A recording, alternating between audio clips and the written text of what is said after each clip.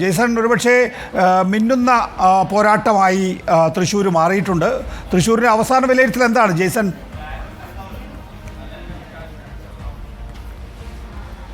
എല്ലാവരും കഴിഞ്ഞ ദിവസങ്ങളിൽ പറഞ്ഞതുപോലെ തന്നെ എല്ലാവരും ആകാംക്ഷയിലും ഒരേ സമയം ആശങ്കയിൽ തന്നെയാണ്.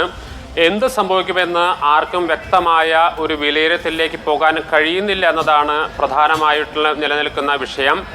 ആർക്കും വിജയിക്കാം, ആരും ഏത് സമയവും പരാജയപ്പെടാം എന്ന സ്ഥിതിയിലേക്ക് അവസാന ഘട്ടമെത്തുമ്പോൾ എത്തിച്ചേർന്നിരിക്കും. ഇന്നലെ കെ മുരളീധരനെ നാം വൈകിട്ട് കണ്ടപ്പോൾ വലിയ സന്തോഷത്തിലാണ് അദ്ദേഹം. അതിനുള്ള പ്രധാനപ്പെട്ട കാരണം 1-2 എക്സിറ്റ് പോളുകൾ കെ മുരളീധരന് വിജയപ്രതീക്ഷ നൽകിയിട്ടുണ്ട്. അതുകൊണ്ട് തന്നെ കഴിഞ്ഞ ദിവസങ്ങളിൽ നിന്ന് വ്യത്യസ്തമായി കെ മുരളീധരൻ ചെറിയ സന്തോഷം പ്രകടിപ്പിക്കുന്നുണ്ട്. പക്ഷേ അതിന് മുൻപുള്ള ദിവസങ്ങളിലൊന്നും അത്ര വലിയ സന്തോഷം അദ്ദേഹത്തിൻ്റെ മുഖത്ത് ഉണ്ടായിരുന്നില്ല. അതിൽ നിന്ന് വ്യത്യസ്തമായി ഉണ്ടായത് സർവേ റിപ്പോർട്ടുകൾ വന്നതിലുള്ള ഒരു ആശ്വാസമാണ്. VS സുനിൽകുമാർ എന്ത് തന്നെയായാലും വരട്ടെ, ഏത് വിഷയങ്ങളുണ്ടായാലും താൻ വിജയിക്കുമെന്ന് ഉറച്ച ആത്മവിശ്വാസത്തിലാണ്. ഒരുപക്ഷെ നിയമം ആവർത്തിച്ചാൽ പോലും അത്ഭുതപ്പെടാനില്ല എന്ന് LDF കേന്ദ്രങ്ങൾ വിലയിരുത്തുന്നുണ്ട്. അതേസമയം BJP ദേശീയ മാധ്യമങ്ങളുടെ സർവേ റിപ്പോർട്ടുകളെ വലിയ രീതിയിൽ വിശ്വസിക്കുന്നു. അവർ വിജയിക്കുമെന്ന് ഉറച്ചു വിശ്വസിക്കുകയാണ്. കെ മുരളീധരൻ കഴിഞ്ഞ ദിവസം പ്രതികരിക്കുമ്പോഴൊക്കെ നല്ല പരിഹാസമാണ്. അദ്ദേഹത്തിന്റെ രീതി അത് തന്നെയാണല്ലോ, വലിയൊരു മുട്ടയായിരിക്കും BJPക്ക് കിട്ടുക കേരളത്തിൽ എന്നൊക്കെ അദ്ദേഹം പരിഹസിക്കുന്നുണ്ട്. പക്ഷേ കെ മുരളീധരനെ തൃശ്ശൂരിൽ ലോഞ്ച് ചെയ്യുന്നത് ഏത് രൂപത്തിലാണെന്ന് നമുക്കറിയാം. ആ ഒരു ആവേശം പിന്നീട് അങ്ങോട്ട് പ്രചാരണത്തിൽ കണ്ടിരുന്നു ജെയ്സൺ. സ്മൃതി പരുത്തിക്കാട്, സത്യസന്ധമായി പറഞ്ഞാൽ ഈ തെരഞ്ഞെടുപ്പിൽ കാര്യമായ ഒരു രീതിയിലുള്ള ആവേശവും ഉണ്ടാക്കാൻ കഴിഞ്ഞില്ല എന്നതാണ് യാഥാർത്ഥ്യം. അതിനർത്ഥം കെ മുരളീധരൻ വിജയിക്കുമോ പരാജയപ്പെടുമോ എന്നൊന്നും പറയാൻ നാം ആളല്ല. അല്പസമയത്തിനൊക്കെ തന്നെ വോട്ട് എണ്ണാനിരിക്കുന്ന ഘട്ടത്തിൽ അത്തരം ഒരു പ്രതികരണം. പക്ഷേ കോൺഗ്രസ് പ്രതീക്ഷിച്ചതുപോലുള്ള വലിയ ഒരു ആവേശപൂർവമായ പ്രചരണം ഒരു ഘട്ടത്തിലും ഉണ്ടായിരുന്നില്ല എന്നതൊരു യാഥാർത്ഥ്യമാണ്. പക്ഷേ ന്യൂനപക്ഷ വോട്ടുകളിലെ കൺസോൾട്ടേഷനിൽ മാത്രം ശ്രദ്ധ കേന്ദ്രീകരിച്ചാണ് ഇപ്പോൾ UDF വിജയപ്രതീക്ഷ വയ്ക്കുന്നത്. ഈ പ്രവർത്തനത്തിലുള്ള ചില മാന്യങ്ങൾ, അതായത് തൃശ്ശൂർ ലോക്സഭാ മണ്ഡലത്തിൽ UDF പ്രവർത്തനത്തിലുള്ള മാന്യങ്ങൾ വലിയ രീതിയിൽ ആ ഘട്ടത്തിൽ ആഭ്യന്തരമായ ചില പ്രതിഷേധങ്ങൾക്കും കെ മുരളീധരന്റെ പല ഘട്ടങ്ങളിലും അത് ശക്തമായി പറയുന്ന ഒരു സാഹചര്യം, ആഭ്യന്തര കമ്മിറ്റികളിൽ പറയുന്ന ഒരു സാഹചര്യം ഉണ്ടായിരുന്നു.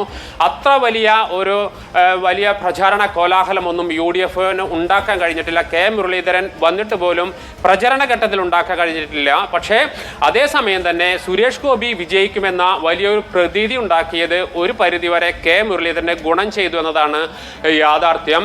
അത്തരത്തിൽ സുരേഷ് ഗോപി വിജയിക്കുമെന്ന വലിയ ഒരു പ്രചരണം വന്നതോടുകൂടി ന്യൂനപക്ഷ വോട്ടുകൾ, പ്രത്യേകിച്ച് മുസ്ലിം വോട്ടുകളുടെ കൺസോൾട്ടേഷൻ കുറെ കൂടി കെ മുരളീധരന് എളുപ്പമായി എന്ന് നമുക്ക് പറയേണ്ടി വരും. അത് മാത്രമല്ല, കോഴിക്കോട് കേന്ദ്രീകരിച്ച് പ്രവർത്തിച്ച മുരളീധരന് അത്തരത്തിൽ മുസ്ലിം വോട്ടുകളെ കോർഡിനേറ്റ് ചെയ്യുന്നതിനുള്ള പ്രത്യേകമായ ഒരു സംവിധാനം കൂടിയുണ്ട്. അതെല്ലാം അവസാന ഘട്ടത്തിൽ തൃശ്ശൂർ ലോക്സഭാ മണ്ഡലത്തിൽ വർക്ക് ചെയ്തിട്ടുണ്ട്. അതിനർത്ഥം തൃശ്ശൂരിലെ പ്രധാനമായ തീരദേശ മേഖലയും അത്തരത്തിലുള്ള മേഖലകളെല്ലാം തന്നെ മുസ്ലിം വോട്ടുകൾ ഏറ്റവും BJP അഥവാ ജയിക്കുകയാണ് എങ്കിൽ വലിയ തോതിലുള്ള ആഹ്ലാദ പ്രകടനങ്ങൾ, അതൊരു ആഘോഷമാക്കി മാറ്റുക, ആഘോഷം അടുത്ത ഘട്ടം തെരഞ്ഞെടുപ്പ് പ്രക്രിയയാക്കി തീർക്കുക, ആ നിലയിലുള്ള പദ്ധതികളുണ്ടോ BJPയെ സംബന്ധിച്ചിടത്തോളം?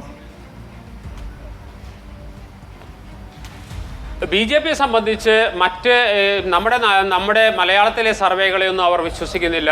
അവർ ഉറച്ചു വിശ്വസിക്കുന്നത് സുരേഷ് ഗോപി വിജയിക്കും. അവർ അതിന് നിരത്തുന്ന കണക്കുകൾ നിരവധിയാണ്. നാം കഴിഞ്ഞ ദിവസങ്ങളിലൊക്കെ വിശദമായി ചർച്ച ചെയ്തതാണ്. അവർ ഏതൊക്കെ ഘട്ടത്തിൽ എങ്ങനെയൊക്കെ പ്രതിസന്ധികൾ നേരിട്ടാൽ പോലും ഏകദേശം 20-30 ഇടയിൽ, 20,000-30,000 വോട്ടിനിടയിൽ വിജയിക്കുമെന്ന് ഉറച്ചു വിശ്വസിക്കുന്നു. പക്ഷേ സുരേഷ് ഗോപി പറയുന്ന കണക്ക് ലക്ഷങ്ങളുടെ കണക്കാണ്. അദ്ദേഹം പറയുന്നത് 1,00,000 മുകളിലേക്ക് വോട്ടിൽ ജയിക്കുമെന്ന് അദ്ദേഹം അവകാശപ്പെടുന്നു. പക്ഷേ BJPയുടെ ജില്ലാ നേതൃത്വവും അതുമായി ബന്ധപ്പെട്ട്, ഈ തെരഞ്ഞെടുപ്പുമായി ബന്ധപ്പെട്ട് പ്രവർത്തിച്ച വളരെ കോർ കമ്മിറ്റി പറയുന്നത് ഏകദേശം 20,000-30,000 ഇടയിൽ ജയിക്കുമെന്നാണ്. അതിന് അവർ പറയുന്ന കണക്കുകൾ അവരുടേതായ ന്യായീകരിക്കാൻ കഴിയുന്ന കണക്കുകളാണ്. പക്ഷേ ഇതിനെല്ലാം അപ്പുറത്താണ് പ്രവചിക്കാൻ കഴിയാത്ത രീതിയിലുള്ള അടിയൊഴുക്കുകൾ ഈ മണ്ഡലത്തിൽ തീർച്ചയായും ജെയ്സൺ ചാമോളപ്പിലാണ് വിശദാംശങ്ങൾ നൽകുന്നത് തൃശ്ശൂരിൽ നിന്ന്. തൃശ്ശൂർ സുജയ സ്മൃതി ഒരുപക്ഷെ ഏറ്റവും ഉറ്റുനോക്കുന്ന മണ്ഡലമാണ് അല്ലേ? നമ്പർ 11 ആണ് നമ്മുടെ സ്ക്രീനിൽ. സംസ്ഥാനം മാത്രമല്ല രാജ്യം പോലും ഒരുപക്ഷെ ഉറ്റുനോക്കുന്ന മണ്ഡലങ്ങളിൽ ഒന്നായിരിക്കും തൃശ്ശൂർ എന്ന കാര്യത്തിൽ തർക്കമൊന്നുമില്ല. തൃശ്ശൂരിൽ സ്വാഭാവികമായിട്ടും സുരേഷ് ഗോപി താമര വിരിയണേ ഭഗവാനെ.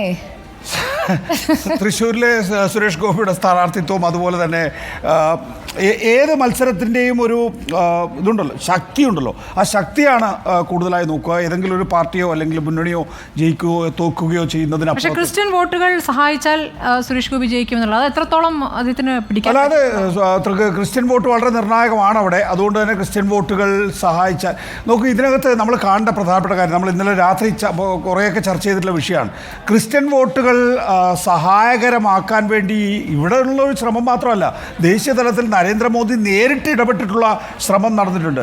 നിർഭാഗ്യവശാലാണ് BJPയെ സംബന്ധിച്ചിടത്തോളം മണിപ്പൂർ സംഭവങ്ങളും രാജ്യത്തിൻ്റെ വ്യത്യസ്ത മേഖലകളിൽ ക്രൈസ്തവ സഭ പള്ളി പോലുള്ള സംവിധാനങ്ങളെ തകർക്കുന്ന അടക്കമുള്ള സംഭവങ്ങൾ ഉണ്ടായിട്ടുള്ള അതൊക്കെയാണ് തിരിച്ചടിയുള്ളത്. അല്ലെങ്കിൽ ഒരു കേക്ക് വോക്കായിരിക്കും BJPയെ സംബന്ധിച്ചിടത്തോളം സുരേഷ് ഗോപിയെ സംബന്ധിച്ചിടത്തോളം തൃശ്ശൂർ എന്ന് പറയുന്നത്. കാരണം ആ നിലയിൽ ഏതാണ്ട് ക്രിസ്ത്യൻ സമൂഹം അഡാപ്റ്റ് ചെയ്ത് വരികയായിരുന്നു BJPയോട്, കേരളത്തിലെങ്കിലും ഏറ്റവും കുറഞ്ഞത്.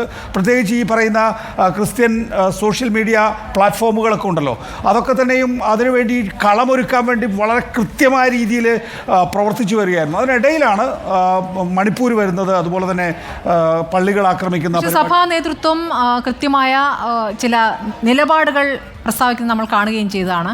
പക്ഷേ ഈ ക്രിസംഖി എന്ന് പറയുന്ന ഒരു വിഭാഗം അത് വലിയ രീതിയിൽ തന്നെ സ്വാധീനം ചെലുത്തുമെന്ന് വേണം കാണാം.